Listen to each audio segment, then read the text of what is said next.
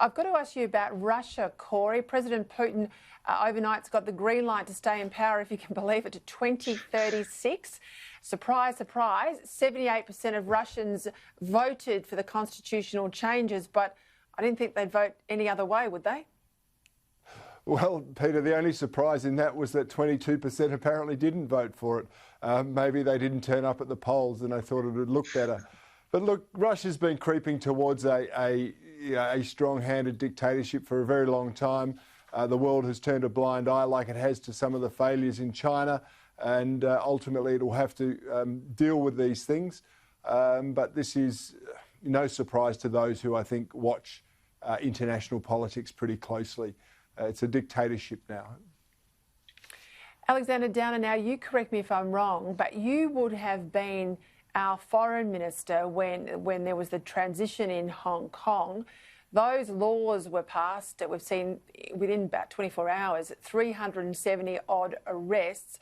The PM today said Australia is considering offering safe haven visas for people from Hong Kong. We'll have a listen. This is not a position Australia has commented on in isolation. We've done so with many other like-minded countries about these events. The basic law and the safeguards that were put in place with the handover we would expect to be upheld. I think that's a very reasonable position and a very consistent position for the government. Give us your thoughts, Alexander Downer. Well, I did indeed represent Australia in 1997 at the handover. I was there at that very moment.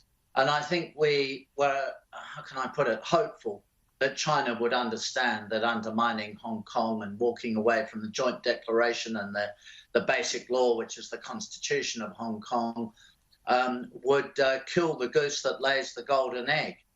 But this was, of course, before Xi Jinping's time. And China has become a great deal more aggressive in the last couple of years. And it's, I have to say, a pretty worrying situation.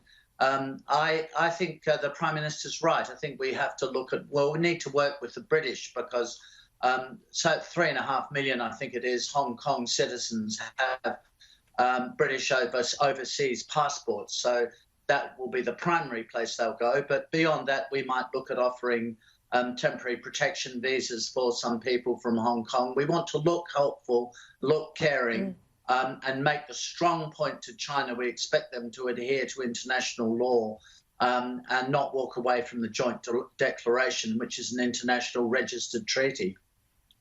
Cory? Well, Peter, I look at the situation in Hong Kong and I think Australia needs to obviously play a role, but principally after the UK, the Prime Minister's got it right. But I tell you where we were very fortunate is that the Parliament stopped the Turnbull Bishop government from ratifying an extradition agreement with China, which would have seen people from Australia sent over there for any number of offences, including some political ones. And I couldn't believe a Liberal government would do it. Alexander and John Howard's government didn't ratify it. The Kevin Rudd government didn't. The Gillard government didn't. The Abbott government didn't. But there was a push on, and we had to move a disallowance motion to stop this happening. And I just think, you know, unless you're absolutely acutely aware of what is going on in these countries, you're going to fall for these things all the time. And the Liberal Party was better than that, I thought. It is now, certainly. Yeah, I'm sure I'll see an apology tonight from Malcolm Turnbull and Julie Bishop on Twitter, but we'll see what they say. Thank you for your time. Alexander Downer, Cory Bernardi.